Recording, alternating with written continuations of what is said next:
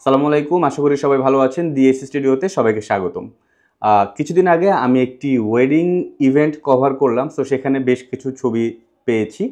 তো চিন্তা করলাম সেখান থেকেই কিছু ছবি হয়তো আমি এডিট করব, যেটা আপনাদের সাথে শেয়ার করব ভাবলাম। তো সেই চিন্তা থেকেই আসলে আজকে আমি আপনাদের সাথে একটি ওয়েডিং ফটো কিভাবে আমি এডিট করি সেটা শেয়ার করব। এখন আপনারা যে ছবিটি দেখতে পাচ্ছেন এটা হচ্ছে ছবি। তো এই ছবিটিকে আসলে কিভাবে আমি ফটোশপে এডিট করে এখান থেকে এখানে নিয়ে আসলাম, এই ব্যাপারটাই আজকে আপনাদের সাথে শেয়ার করব। সো চলুন চলে যাই ফটোশপে।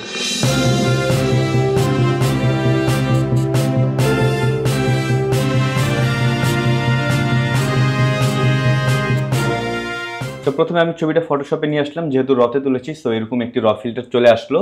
এরপরে আমি যদি এদিকে এগুলোকে একটু সবগুলো অফ করে নিই, এখানে আমরা যদি খেয়াল করি এখানে বেশ কিছু অপশন রয়েছে। সো প্রথমে আমরা লাইটে ঢুকবো, লাইটে ঢুকে আমরা এখান থেকে এক্সপোজারটাকে ঠিক করে নেব। আমরা ছবিতে দেখতে পাচ্ছি এই মুহূর্তে ছবিটা কিন্তু অনেক বেশি ডার্ক মনে হচ্ছে। সো এক্সপোজারটাকে একটু বাড়িয়ে দিই, কন্ট্রাস্টটাকে আমি সবসময় একটু কম রাখি, দেন হাইলাইটটাকে একটু বাড়িয়ে দিই। বাট বেশি বাড়িয়ে দিলে কিন্তু এদিকে হাইলাইট পোর্শনটা বেশি হয়ে যাচ্ছে, সো বেশি না, হালকা বাড়াই। শ্যাডোটাকে হালকা একটু বাড়িয়ে দিতে পারি, শ্যাডোটাকে হালকা একটু বাড়িয়ে দিতে পারি, হোয়াইট জিরো থাকুক, অ্যান্ড ব্ল্যাকটাকে আমি হালকা একটু কমিয়ে দিই। ওকে, সো জাস্ট এখান থেকে লাইটের এখান থেকে আমি এতটুকু চেঞ্জ করলাম। যদি আগে পরে খেয়াল করি, আগে ছিল এরকম, এখন হয়ে গেল এরকম। এরপরে আমি চলে যাব কালারে। সো লাইটটাকে অফ করে আমি কালারে চলে আসি। এখান থেকে আমি প্রথমে টেম্পারেচারটাকে চেঞ্জ করব। সো টেম্পারেচারটা আমি একটু পরে চেঞ্জ করি, আন্ডু দিয়ে দিই। এখান থেকে স্যাচুরেশন না, ভাইব্রেন্সটাকে কিছুটা বাড়াই। ওকে, দেন আমার মনে হচ্ছে লাইট থেকে এক্সপোজারটাকে আরেকটু বাড়ানো উচিত। ওকে, হাইলাইটটাকে একটু কমিয়ে দিই, আদারওয়াইজ এদিক দিয়ে অনেক বেশি বার্ন হয়ে যাচ্ছে। সো এটাকে বাড়িয়ে দিলাম। এরপরে আমি এখান থেকে কালারে গিয়ে টেম্পারেচারটাকে একটু বাড়িয়ে দেব। টিন থেকে গ্রিনের দিকে একটু যদি নিয়ে আসি। ওকে, সো কালারের কাজ শেষ। এরপরে আমরা যদি ইফেক্টে দেখি, ইফেক্টে জাস্ট এখান থেকে হালকা একটু ক্লিয়ারিটি বাড়িয়ে দিই। আমি এখান থেকে কালার মিক্সচারে যাই, কালার মিক্সচারে গিয়ে স্যাচুরেশনে গিয়ে আমি অরেঞ্জটাকে বাড়িয়ে দেবো। তাহলে ফেসের কালারটা কিন্তু আরেকটু কালারফুল হয়ে গেল, দেখতে পাচ্ছেন আগে ছিল এরকম, এখন হয়ে গেল এরকম। অ্যান্ড দেন আমি লুমিনেন্সে গিয়ে অরেঞ্জটাকে একটু বাড়িয়ে দেবো, তাহলে অরেঞ্জ হচ্ছে ফেস টোন, সো ফেস টোনটা লাইট কিছুটা বেড়ে গেল।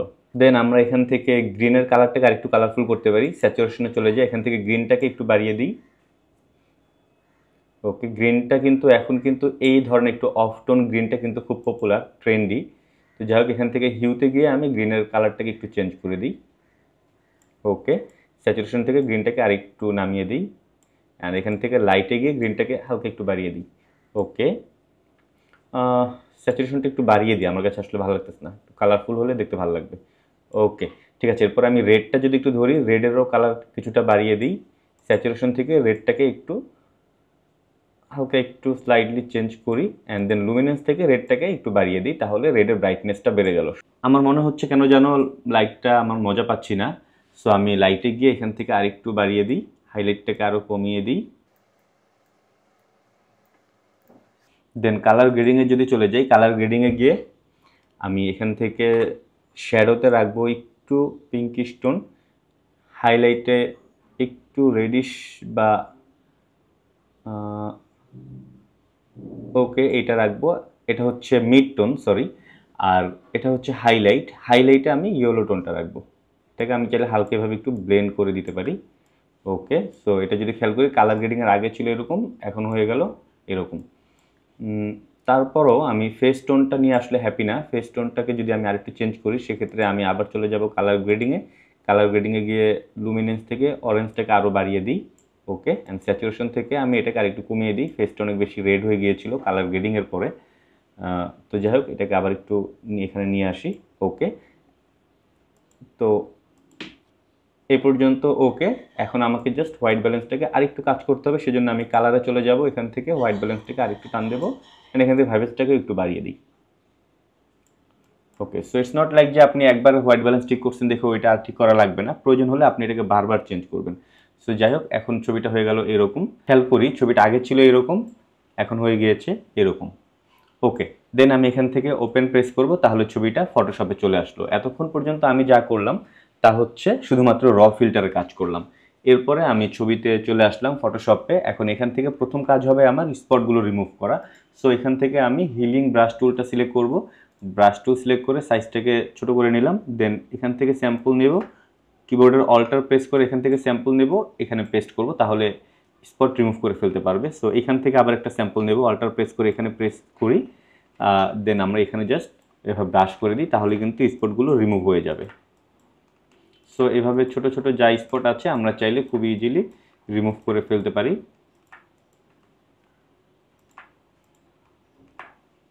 ওকে, সো অলমোস্ট কমপ্লিট। এখানে একটা লেয়ার নিয়ে নিলে ভালো হতো, তাহলে বিফোর আফটারটা দেখাতে পারতাম, যেহেতু লেয়ার নেইনি সো বিফোর আফটারটা দেখাতে পারছি না।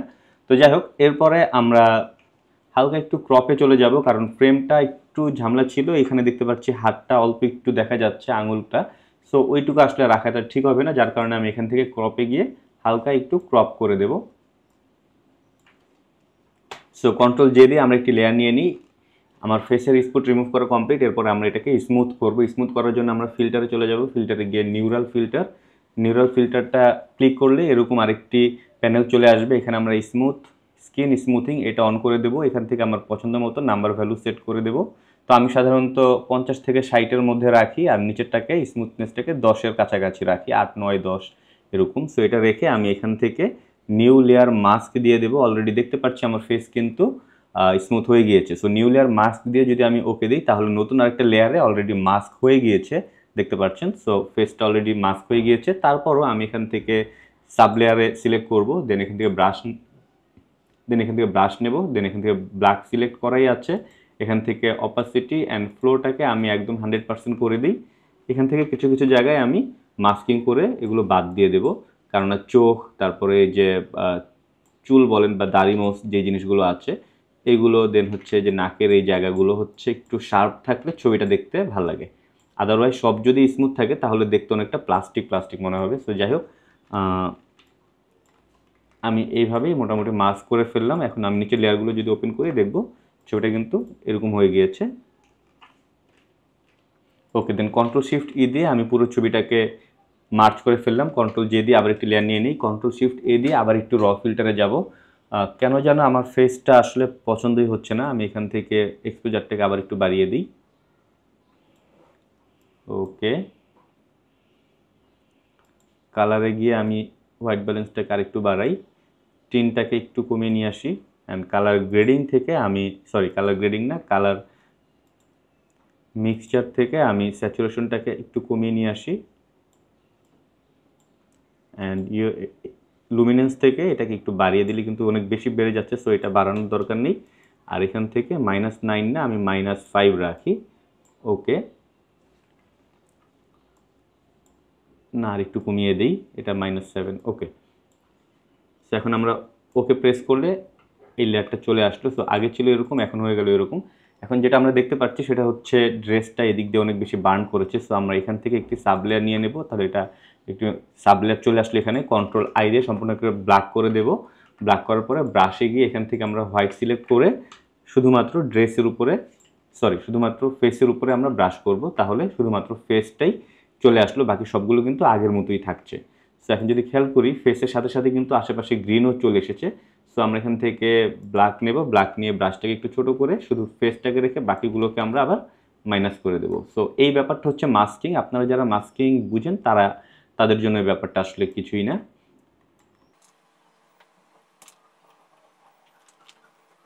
ওকে, সো ছবিটা আগে ছিল এরকম, এখন হয়ে গেল এরকম, ফেসটা বেড়ে গেল। কন্ট্রোল শিফট ই দিয়ে লেয়ার নিয়ে নিই, আবার একটি কন্ট্রোল জেড দিয়ে, এরপর কন্ট্রোল শিফট এ দিয়ে আবার একটু র ফিল্টারে চলে যাই। আমরা এখান থেকে কালারে গিয়ে ওভারঅল ছবিটার হোয়াইট ব্যালেন্স হালকা একটু ব্লুর দিকে নিয়ে আসি বা ইয়েলোর দিকে নিয়ে যাই, দেখি কোনটা ভালো লাগে। ওকে, -1 আর একটু কমিয়ে দিই, ভাইব্রেন্সটাকে আরেকটু বাড়িয়ে দিই, দেন স্যাচুরেশন থেকে অরেঞ্জটাকে আরেকটু নামিয়ে দিই। ওকে, সো এখন কিন্তু আমার কাছে ছবিটা ভালো লাগছে। এখন আমরা আরেকটা প্রবলেম রয়েছে ছবির মধ্যে, সেটা যদি খেয়াল করে দেখব, চোখটা অনেক বেশি ইয়েলো লাগতেছে। আসলে এটা হচ্ছে যেহেতু আমি স্যাচুরেশন অনেক বেশি আপ ডাউন করেছি, সো এই কারণে এখানটা একটু চেঞ্জ হয়ে গিয়েছে। সো আমরা কন্ট্রোল শিফট ই দিয়ে আবার একটা মার্চ করে ফেললাম, কন্ট্রোল জে দিয়ে আবার একটা লেয়ার নিই। এত কন্ট্রোল শিফট ই দিয়ে আসলে মার্চ করার কিছু নেই, এটা আমার একটা বদভ্যাস, যার কারণে আমি সবসময় যা কাজ করি একটা লেয়ারে মার্চ করে দেন নতুন লেয়ার নিয়ে আবার কাজ করি। তো যাই হোক, এরপরে আমরা এখানে চলে আসব। এখানে এসে আমরা এখান থেকে হিউ স্যাচুরেশন এটা সিলেক্ট করব। দেন হচ্ছে এখান থেকে এই যে একটা হাতের মতো দেখা যাচ্ছে এটা সিলেক্ট করে আমরা চোখের এখানে জাস্ট সিলেক্ট করে দেব, তাহলে কিন্তু আমার কালার রেঞ্জটা ধরে যাবে। দেন আমি এখান থেকে জাস্ট এটাকে এভাবে কমিয়ে বাড়িয়ে দেখতে পারি। সো যেহেতু আমি চোখের কালারটা চেঞ্জ করব, সো এখানে হিউটা এভাবেই থাকুক, স্যাচুরেশনটাকে আমরা নিচে নামিয়ে নিয়ে আসি অ্যান্ড ব্রাইটনেসটাকে কিছুটা বাড়িয়ে দিই। অ্যান্ড হিউটাকে চাইলে হালকা কিছুটা কমিয়ে বাড়িয়ে দেখতে পারি। ওকে, সো এখন ছবিটা যদি আমি অবজার্ভ করি তাহলে দেখবো এদিকে হাইলাইটের পোর্শনগুলো অনেক বেশি হয়ে গিয়েছে। সো আমি নতুন একটি র ফিল্টারে চলে যাই আবার নতুন করে, দেন এখান থেকে হাইলাইটটাকে আমি একটু কমিয়ে দিই, এক্সপোজারটাকেও কিছুটা কমিয়ে নিয়ে আসি, ওকে প্রেস করি। সো ওভারঅল ছবিটাই কিন্তু কমে গেল। এখন যেটা করব, সাব লেয়ার নিয়ে কন্ট্রোল আই দিয়ে আমি একদম আন্ডো করে দিলাম। দেন ব্রাশে গিয়ে এটাকে হোয়াইট নেব, হোয়াইট নিয়ে শুধুমাত্র আমি এই ড্রেসের উপরে মাস্কিং করব। সো দেখতে পাচ্ছি শুধু ড্রেসের ব্রাইটনেসটা কিন্তু কমে আসলো। দেন কন্ট্রোল শিফট ই দিয়ে আমি একটি নতুন লেয়ার নিয়ে নিই আবার, কন্ট্রোল শিফট ই দিয়ে মার্চ করে দেন কন্ট্রোল জে দিয়ে নতুন আরেকটি লেয়ার নিয়ে নিলাম। এরপরে আমি যদি খেয়াল করি ছবিতে শার্পনেস হালকা একটু যদি বাড়ে তাহলে ভালো লাগবে। সো আবারও আমি কন্ট্রোল শিফট এ দিয়ে র ফিল্টারে চলে যাই, এগুলো একটু অফ করে দিই। আমরা যদি দেখি এখানে ইফেক্ট রয়েছে, সরি ডিটেলস রয়েছে, ডিটেলসের ভিতরে ঢুকি এখান থেকে শার্পনেসটাকে আমরা কিছুটা বাড়িয়ে দিই। সো এখন যদি খেয়াল করি দেখব ছবিতে কিন্তু শার্পনেস বেড়ে গিয়েছে, বাট অনেক বেশি হয়ে গিয়েছে, আর একটু কমিয়ে দিই। ওকে, নয়েজ রিডাকশনটা হালকা একটু বাড়িয়ে দিই। ওকে, সো ছবিটা কিন্তু এখন মোটামুটি ওকে। চাইলে এরপর আমি আরও কিছু কাজ করতে পারি, সেটা হচ্ছে এখান থেকে আমি সলিড কালারটা সিলেক্ট করলাম, সলিড কালারটা সিলেক্ট করে এখান থেকে আমি ইয়েলোর দিকে গিয়ে কমলা কালার এই টোনটাকে একটু যা সিলেক্ট করি। দেন এখান থেকে আমি ব্লেন্ডিং অপশন থেকে এই কালারটাকে আমি ব্লেন্ড করে দেখি কোনটা ভালো লাগে। ওকে, স্ক্রিনে রাখি, স্ক্রিনে রাখার পর এখান থেকে অপাসিটি অ্যান্ড ফিল এই দুইটাকে জাস্ট কমিয়ে দিই। ওকে, সো আগে পরে কেমন ছিল একটু যদি খেয়াল করি, ছবিটা আগে ছিল এরকম, এখন হয়ে গেল এরকম, হালকা একটু ইয়েলো টোন অ্যাড করেছে। ওকে, এরপরে আমি আরেকটি লেয়ার নিয়ে নিই, আরেকটি লেয়ার নিয়ে এখান থেকে ব্রাশ সিলেক্ট করে আবারও কালার পিকারে গিয়ে আমি এখান থেকে ওই সেম কালারটাই সিলেক্ট করি। ওকে, দেন এখানে আমি জাস্ট একটু ব্রাশ করে দিচ্ছি, এখানে লাইট সোর্স দেখা যাচ্ছে, লাইট সোর্সের এখানে আমি হালকা করে এভাবে একটু ব্রাশ করে দিই। ওকে, দেন এখান থেকে আমি এটাকে স্ক্রিন দিয়ে দিই, না স্ক্রিন না, ইভেন এখানে ভিভিড লাইটটা ভালো লাগছে। সো ভিভিড লাইট অথবা লিনিয়ার লাইট, ভিভিড লাইটটা রাখতে পারি। এটা আসলে আপনার কাজের উপরে, এই ব্লেন্ডিং অপশনগুলো আসলে এক এক ছবিতে এক এক লাইটে এক এক ধরনের আউটপুট দেয়।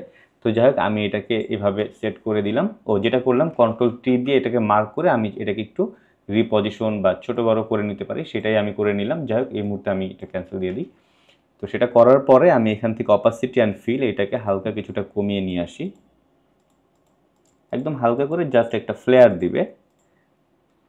বেশি কমে গেল মনে হচ্ছে, এটাকে আরেকটু বাড়িয়ে দিই। ওকে, ওকে, সো এখন যদি খেয়াল করি দেখবো আমার ফেসের উপরেও কিছুটা লাইট পড়ে গিয়েছে, এদিকেও একটু ইয়েলো টোন চলে এসেছে। সো এটাকে আমি মাস্কিং করব, এইখান থেকে জাস্ট একটু সাবলেয়ার নেব, দেন ব্রাশে গিয়ে আমি ব্ল্যাক নেব, ব্ল্যাক নিয়ে শুধুমাত্র আমার এই ফেসের উপরে মানে সাবজেক্টের ফেসের উপরে এইভাবে ব্রাশ করে ইয়েলো টোনটাকে সরিয়ে দেব। That's all. এরপরে চাইলে কিছুটা লিকুইফাই করা যেতে পারে।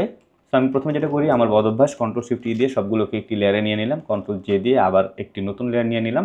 এরপর আমি কন্ট্রোল শিফট এক্স প্রেস করব, এটা প্রেস করলে আমরা লিকুইফাই ফিল্টারে চলে আসবো। এখান থেকে আমার সাইজটাকে কিবোর্ড থেকে এই ব্র্যাকেট বাটন প্রেস করে আমি ছোটো বড়ো করতে পারবো, বা এখান থেকেও সাইজ রয়েছে এটাকে ছোটো বড়ো করার জন্য।